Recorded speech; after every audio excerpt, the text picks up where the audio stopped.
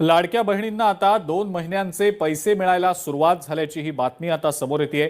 2 महिन्यांचे पैसे आता लाडक्या बहिणींच्या खात्यात जमा व्हायला सुरुवात झालेली आहे। शासनानं केवायसी अपडेट करायची अट ठेवलेली होती, तसं सांगितलेलं होतं। मात्र आता आनंदाची बातमी, लवकरच लाडक्या बहिणींना मे महिन्याचा हप्ता मिळणार आहे।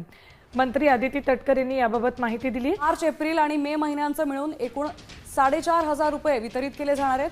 ज्या महिलांनी ई-केवायसी प्रक्रिया यशस्वीपणे पूर्ण केली आहे त्यांना हा हप्ता मिळणार आहे। लाडकी बहीण योजनेचे अनुदान लवकरच आता त्यांच्या खात्यामध्ये जमा होईल। बुधवारपर्यंत लाडक्या बहिणींच्या खात्यामध्ये पैसे जमा होणार असल्याची माहिती मिळते। लाडक्या बहिणीचा मे महिन्याचा हप्ता हा लाडक्या बहिणींच्या थेट खात्यामध्ये वितरित केला जाईल।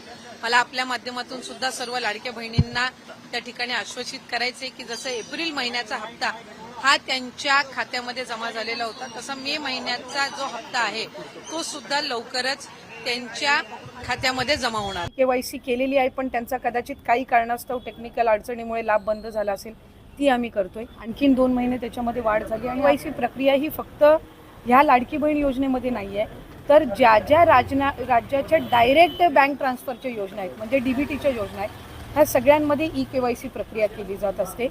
आणि हा जो 80 लाखाचा आकडा आहे हा फक्त ई-केवायसीचा नाही, यात ई-केवायसीचे काही महिला असतील ज्यांनी ई-केवायसी केलेली नसेल इतक्या मुदतीत सुद्धा तेही आहेत। काही आम्हाला गेल्या 10-10.5 महिन्यापासून आम्ही एक IT विभागाचं म्हणजे इन्कम टॅक्सचा आम्ही जो आकडा, ज्यांचं उत्पन्न 2.5 लाखापेक्षा जास्ती आहे, हा डेटा जो आहे हा आम्ही त्या ठिकाणी मागवलेला होता। त्याला साधारणपणे 10-11 महिन्याचा कालावधी गेला, तर त्या जवळपास एक 11, 11.5, 12 लाख हा तो डेटा याच्यामध्ये 80 लाखामध्ये समावेश आहे। याच्यात 4.5 पावणे 5 लाख अशा महिला आहेत ज्या 65 वयोगटाच्या पुढे गेलेल्या आहेत, जे वयाचं निकष आहे तर त्यामध्ये असतील।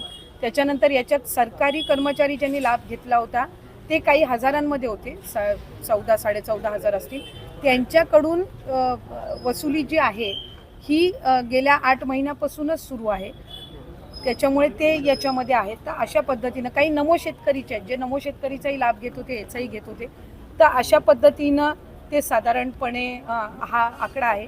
याच्यात सुद्धा काही आमच्याकडे ज्या लाभार्थी महिला आहेत यांनी विनंती केलेली आहे की त्यांनी ई-केवायसी करून सुद्धा त्यांना लाभ हा बंद झालेला आहे। आम्ही त्याची फेर तपासणी करत आहोत, जेणेकरून कुठलीही महिला जिनी ई-केवायसी केलेली असेल ती लाभापासून वंचित राहता कामा नये। त्याच्यामुळे राज्याचे मुख्यमंत्री देवेंद्र फडणवीस साहेब, एकनाथजी शिंदे साहेब, आदरणीय सुनेत्रा काकी असतील, मंत्रिमंडळ असेल, यांच्या याच्यानी आपण ती ज्यांनी काही अशा आहेत ज्यांनी संजय गांधी निराधार योजना आणि लाडकी बहीण योजना ह्या दोन्हीमधून जे लाभ घेत होते ते छाननीमध्ये कट झालेले आहेत, पण त्यांना दोन्हीपैकी एका योजनेचा कंपल्सरी लाभ हा आपण देणारच आहोत। त्याच्यामुळे जे अशा बाय डिफॉल्ट दोन्हीकडे लाभ घेत होते आणि दोन्हीकडनं त्यांची नावं कट झालेली आहेत, त्यांना दोन्हीपैकी एका योजनेमध्येच तरी 100% त्याचा शासकीय ह्या योजनांचा लाभ हा मिळणार आहे। काही RTOच्या संदर्भामध्ये तक्रारी केलेल्या आहेत, यातल्या 80 लाखामधल्या जवळपास 3-3.25 लाख हे RTOचे आहेत ज्यांचे वाहनं आहेत पण ते लाभ घेत होते। हा एक 6-8 महिन्यापासून डेटा मिळालेला आहे, असा कन्सॉलिडेट करून आहे। पण त्यातल्याही काही लाभार्थ्यांनी म्हटले की आमच्या नावाने म्हणजे निवेदनं आलेली आहेत की आमच्या नावाने कुठलंही वाहन नाही आहे, तर त्याची फेर तपासणी होईल, तर त्या पद्धतीनं आहे। आणि साधारणपणे ज्यांनी ई-केवायसी चुकवलेली होती त्यांना 30 एप्रिलपर्यंतची मुदत ही देण्यात आलेली होती दुरुस्ती करण्याची, त्यामुळे असं आहे। आणि अजूनसुद्धा फेब्रुवारी मार्च महिन्याचा लाभ हा आम्ही गेल्या आठवड्यापासून वितरित करायला सुरुवात केली आहे, त्यामुळे हा आकडा किती असेल म्हणजे वितरित केल्यानंतर हा 7-8 दिवसाच्या कालावधीमध्ये